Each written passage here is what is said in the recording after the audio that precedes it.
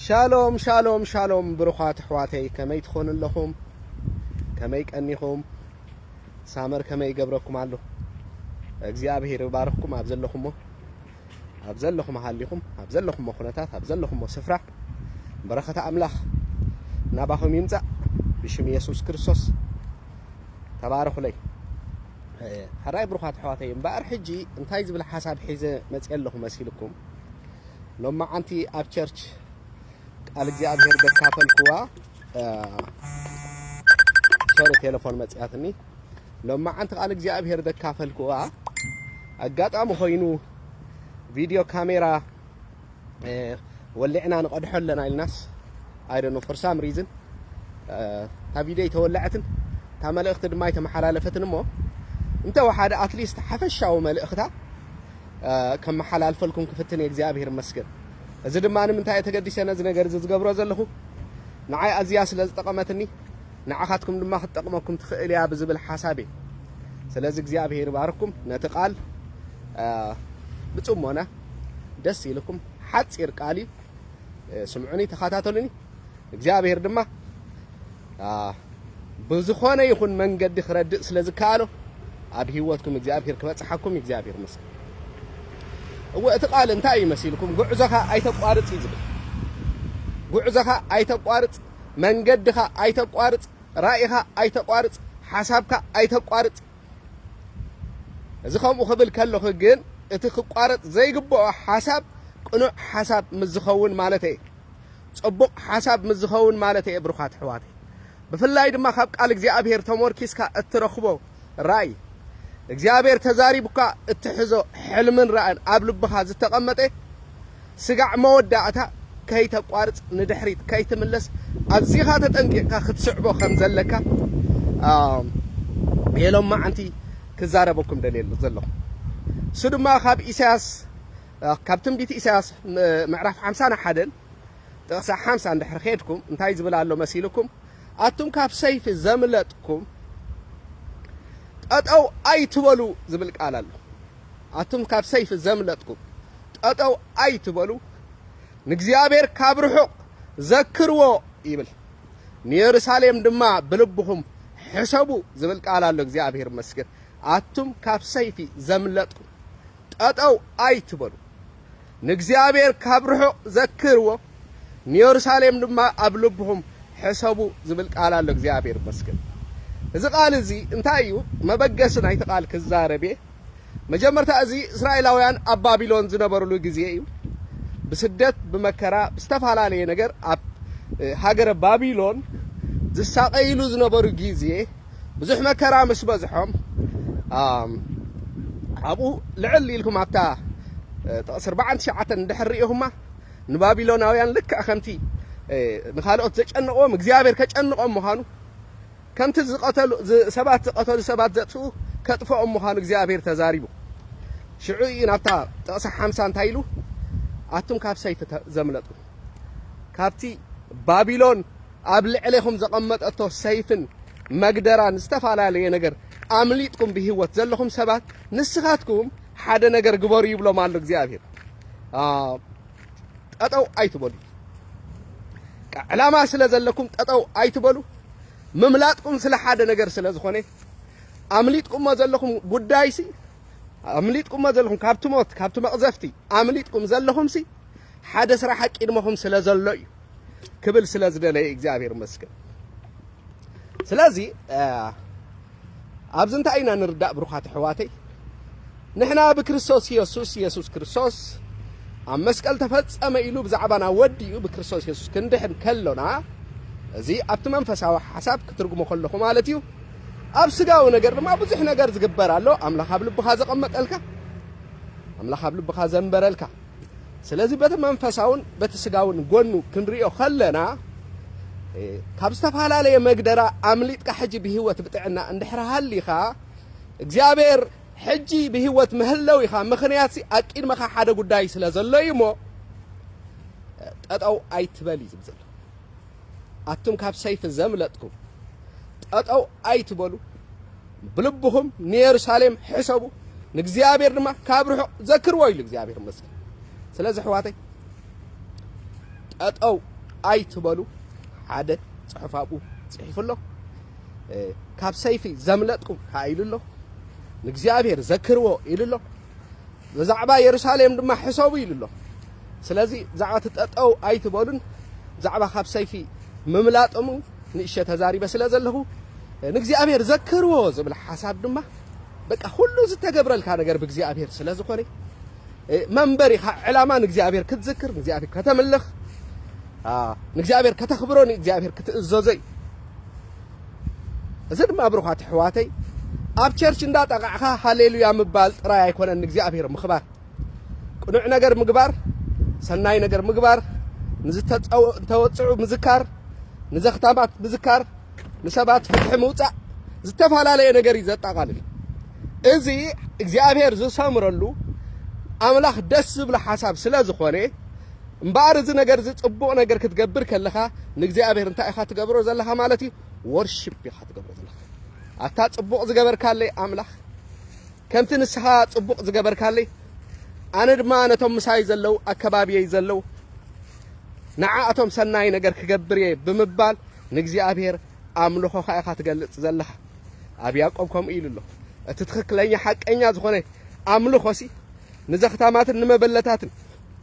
ኣብ ሽግሮም ከድካ ንዖም ዝካር ኢሉ እግዚአብሔር መስል ስለዚ ንእግዚአብሔር ብኩሉ ዓይነት ኣምልኾ እዩ ዝብል ዘሎ ንእግዚአብሔር ዘክርዎ ክብል ከሎ ካብ ርሑቕ ዘክርዎ ክብል ከሎ ንእግዚአብሔር ኣብ ልብኹም ኣንግስዎ ኣብ ልብኹም ሕሰብዎ ንሱ ዝደልዮ ነገር ግበሩ ንሱ ዝሓስቦ ሓሳብ ሕሰቡ ከምቲ ንሱ ዝደልዮ ንበሩ እዩ ዝብል ዘሎ ስለዚ እምበኣር ኣሕዋተይ ካብ ሰይፍ ዘምለጥካ ሎማዓንቲ ብዝተፈላለየ ብሞት ብመቕዘፍቲ ክትሓልፍ ተሓሲቡ ነይሩሲ እግዚአብሔር ምሕረት ገይሩልካ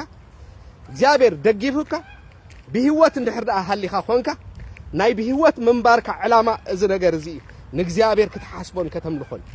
ንእግዚአብሔር ኢልካ ክትነብር እግዚአብሔር መስል ስለዚ ኣሕዋተይ ኣክንዲ ህይወትና ንኻልእ ነገር እንጥቀመሉ ንእግዚአብሔር ንምኽባር ንእግዚአብሔር ንምምላኽ ክንጥቀመሉ ይግባአና ማለት እግዚአብሔር መስል ኣካላትኩም ሲሉ ከምቲ ንርክሰትን ዘይጠቅም ነገርን ዝተወፈየኹም ድማ ንጽድቅን ንቅድስናን ድማ ወፍይዎ ኢሉ ጳውሎስ ኣብ መጽሓፍ ሮሜ እግዚአብሔር መስል ስለዚ ኢየሱስ ጎይታ እዩ ናይ ምምላጥካ ዕላማ ሎማዓንቲ ብህይወት ናይ ምንባርካ ዕላማ ሎማዓንቲ ተሓዲስካ ካብ ዝኾነ ነገር ኣምሊጥካ ብሰላም ናይ ምንባርካ ምኽንያት ንእግዚአብሔር ከተምልኾን ናይ እግዚአብሔር ሓሳብ ክትገብርን ንእግዚአብሔር ከተኽብሮን እዩ ተኻለይቲ ድማ እንታይ ኣትብል መሲልኩም ብልብኹም ድማ ንኢየሩሳሌም ሕሰብ እያ ትብል እግዚአብሔር መስል ብልብኻ ንኢየሩሳሌም ምሕሳብ ማለት ራእይኻ ዘይምርሳዕ እግዚአብሔር ዝሃበካ ሚሽን ዘይምርሳዕ እግዚአብሔር ዝሃበካ ሕልሚ ዘይምርሳዕ ዘይምቁራጽ ኣብ መንገዲ ጠጠው ዘይምባል እግዚአብሔር መስል ስለዚ ንኣብነት ኣብቲ እስራኤላውያን ኣብ ባቢሎን ዝነበሩሉ ግዜ እንድሕር ዘኪርኩሞ ኣብቲ መጽሓፍ ቃል እግዚአብሔር ተንቢብኩሞ እሳቶም ራእዮም ሕልሞም ልቦም ናብ ኢየሩሳሌም ከመይ ገይሮም ካብ ስደት ይምለሱ እዩ ነይርዎ ሓሳቦም ምክንያቱ ስደት ጥዑም ስለ ዘይኮነ ስደት ጽቡቕ ስለ ዘይኮነ ብሩኻት ኣሕዋት ሕጂ እግዚአብሔር እንታይ ዝብሎም ነይሩ ጠጠው ኣይትበሉ ንኢየሩሳሌም ብልብኹም ሕሰብዋ እዩ ዝብል ዘሎ ብዛዕባ ኢየሩሳሌም ሕሰቡ እዩ ዝብል ዘሎ ገለ ብዛዕባ ዝግበር ነገር ግበሩ እዩ ዝብል ዘሎ እግዚአብሔር መስገን ሓደ ግዜ ኣብ ቃል እግዚአብሔር ትዝክሩ እንትኾንኩም ንበዓል ዘሩባቤል ጎይታ እንታይ ኢልዎ ኣነ ምሳኹም የሞ ዕየዩ ዝብል ቃል ተዛሪቦ ኣነ ምሳኻትኩም የሞ ዕየዩ ኢልዎ እግዚአብሔር ምሳኻትኩም ስለ ዝኾንኩ ምክንያቱ በዓል ዘሩባቤል ኣብ ታሪክ ተሪኢኹሞም በዓል ነቢይ ሃገ ዝነበሩሉ ግዜ በዓል ኢያሱ ወዲ ሆጻዳቕ ዝነበረሉ ግዜ እግዚአብሔር ቤት መቅደስ ክሰርሑ ዘዳልዎም ዝነበረ ግዜ ኣብ ኢየሩሳሌም ካብ ባቢሎን ተመሊሶምሲ ኣብ ኢየሩሳሌም ቤት መቅደስ ክሰርሑ እግዚአብሔር ዘዳልዎም ዝነበረ ግዜ ሽዑ እግዚአብሔር ተስፋ ሂብዎም ኣብቲ ሽዑ ግዜ ብዙሕ ውግእ በዚሕዎም ብየማን ፀጋም ብዙሕ ነገር በዚሕዎምሲ ጃጅዮም ስለ ዝነበሩ እግዚአብሔር እንታይ ኢልዎም ኣነ ምሳኻትኩም እዮም ዕየዩ ኢልዎም እግዚአብሔር መስል ስለዚ ሎማዓንቲ እንታይ ዝብል ዘለኹ ኣሕዋተይ ናባና ክንትርጉሞ ከለና መቸም ብዛዕባ ኢየሩሳሌም ንሓስበ የብልናን ሕጂ ንሕና ኢየሩሳሌም ኣብ ምድሪ እያ ዘላ زعبة سماوية يروساليمون بكريستوس يسوع سلسته ودعلنا بزعبة أنا حسبه نجري بالنا جابر مسكن تفت أميل قوي أبزقن حجي حدا حسب كن ردو أزلنا أنت أيو بزعباتك جابر كتحالمو كتريو كتقبرو كتصعبو ذهبك الرأي بزعبو حسب يزب زلك جابر مسكن يسوع قوي سلازي حواتي رأيها خام فتام أو أيتبل كونتات بزح ورد يب كله يخيل كونتات استفعل عليه نجر كأمثلك يخيليو እግዚአብሔር ግን አለ على خناتات እግዚአብሔር ነስ አምላክ على خناتات እዚ ዝዛረበ ዘሎ ቃል ባይዘወይ መንፈሳዊ ትርጉም ጥራ አይኮነን ዘሎ ኣብዚ ምድር እዚ ክትነብሮ ዘለካ ነገር ከይተረፈይ ዘእንፍተልካ ማለት እግዚአብሔር ነስ ስለዚህ ብሩኻት ሕዋተይ እንታይ ክብለኩም ዝደሊ ጠጠው አይትበሉ بخناتات تداهلكم رأيكم كم مفتصام ندحريت አይትበሉ እግዚአብሔር ዝተዛረቦ ይፍጽም እግዚአብሔር ዝበሎ ቃል ደው ይብለሊ እግዚአብሔር አይሕፍርን ስም እግዚአብሔር ሒስኩም እግዚአብሔር ከምዚ ይልኒ እግዚአብሔር ከምዚ ክገብር ተዛሪቢ እግዚአብሔር ይልኩም حسب አምላክ ተስዑብ ሰባት እንተሊኹም መድማ ብርግጽ እግዚአብሔር በስተፋላለየ መንገድ ሐሳቡ የብርሃልኩምን የነጸዳልኩምን እንድሕርዳ አሃልዩ ፕሊስ ጠጠው አይትበሉ ይብላል ቃል እግዚአብሔር ነው አቱም ካብ ሰይፍ ዘምለጥ ጠጠው አይትበሉ ኢየሩሳሌም ድማ ታይሉ ብልብኩም ሕሰቡ ይብላል እግዚአብሔር መስከን ፏል ስለዚህ ራእይኻ ካብ ምፍጻም ንድሕሪት አይትበል بخونታት አይትጃጁ ባይዘወይ ኩነታት ሐሳው ጥራይ ዘይኮነ ብዙሕ ግዜ ጻውዒትካ ሓያል ጻውዒት እንተልይካ አፖስቶሊክ ዝኾነ ጻውዒት እንተልይካ ፈጽሙ በቃ بجكا بنا እግዚአብሔር ነገር بخالق سرح زي كل ጻውዒት እንተልይካ ተቃውሞ ብዙሕ ይዝመጻካ ተጻረርቲ በብዙሕ መንገድ በብዙሕ ማዕዘን እዮም ዝመጹኻ رأي ونقص داويت كما يكن زحلف بروخات حوات أبي حواتو خي ترفسي تناعق قالوا ترسع له جزء نيرؤتي نبي سامي إلك قبل إلو نبيت السي مسكدة مالك أنت عجبر از داويت ناي داويت أوي عتقل كم ناي بعل إلياب سلا زي نبري كم ناي توم كالو حواتو سلا زي نبري ناي نكس النب ناي تزلع على الأرز سلا زي نبري داويت بمدرة بدا حلف شو عت عمت عب مدرة بدا كلل كبل ناي قد النيرو نمنتايكم يهون بزح نجارات على بزح مخنيات على كالي جزء أبوه يرخم هرولي حدا خط خونات جن كنا كركم بروحات حواتي بحكي حسب أملاك نجزي أبي الرأي أنت الليكا أتمنفسه عالم يفلت أكل you are star على جزي أبي أنت أي بالمسير توم نبزحاتنا بتصدق زمر حسي كم كواخبتي انت خوني يمي كدوم قيام لجزابير مسك كم كواخبتي ام زبرو اينوت توم نبزحاتنا بتصدق زمر حمان سلازي كم كواخبتي سلا تدمق نسخه ابت منفساو عالم ملائكه እግዚአብሔር ይፈልጡኻ መናፍስቲ አጋንንት ድማ ይፈልጡኻ ኣብ መንፈሳዊ ዓለም ሓደ ዶሚናንት ዝኾንካ ፍሉጥ ሰቢኽ ስለዚህ በአር ምስትሙራድ ምድያም ናይ መላእክቲ ምስተስተፋላለየ መንፈሳው ምንቅስቃስ አጋንንቲ አንጻርካ ስለፉ ይخሉ ስለዚህም ድማ እቲ ንስኻ ሒስካ ዘለኻ ከቢድ ዝኾነ ረዚን ዝኾነ ናይ እግዚአብሔር ክብሪ አባይታ ምእንቲ ከይግለጽ አባይታ ምእንቲ ከይረአ ብስተፋላለየ መንገድ ታይገብሩኻ ማለት ይቃውምኻ ጊቭ አፕ ጌርካ እንድሕሪት ከም ትምለስ ይጻረሩኻ ማለት ስለዚህ أتي كوناتات ناتك أبت منفساو عالم فلوت سلازو خوني نعخا خودق أكا إلو زبقس كوناتات كتقا أكا إلو زبقس نقرات حلق لاخات عزيبو زي سلازم بقار ملكت يخون كازي ببزح وقت تحلف انت خونك فتيمو كوناتات كادما سموز زي كورن تخوني نخالات سقل السلطة نخالات سقل زخون اللو نعها جن حنت نجار كتركب ببزح استراجل تحلف انت اللي خا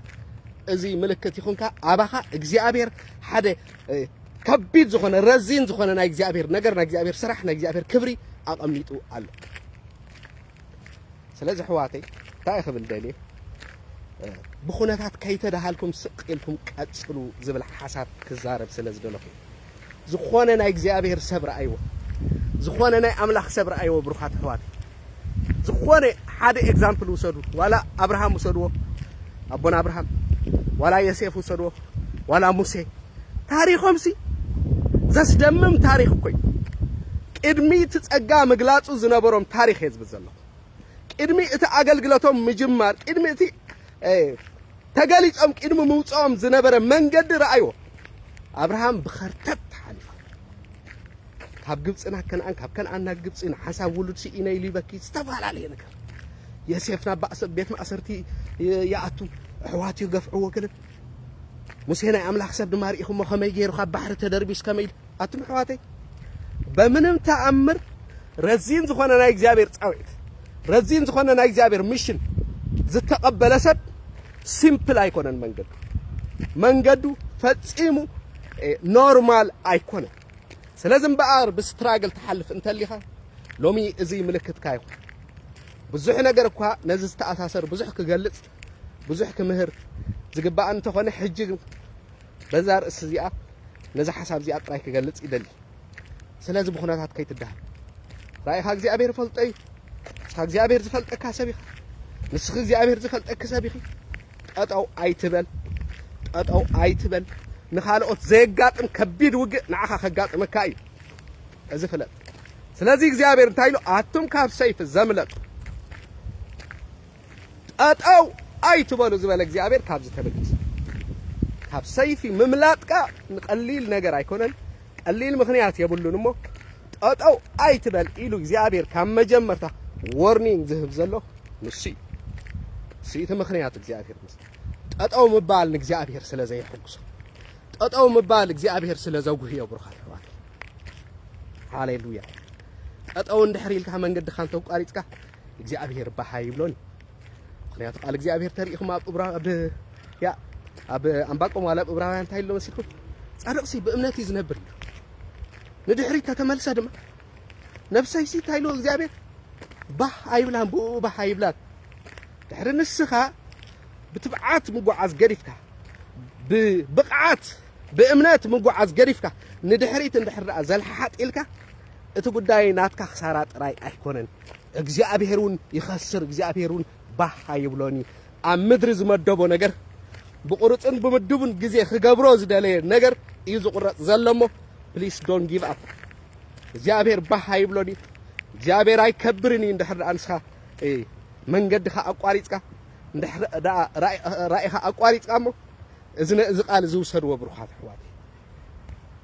ሓደ ጊዜ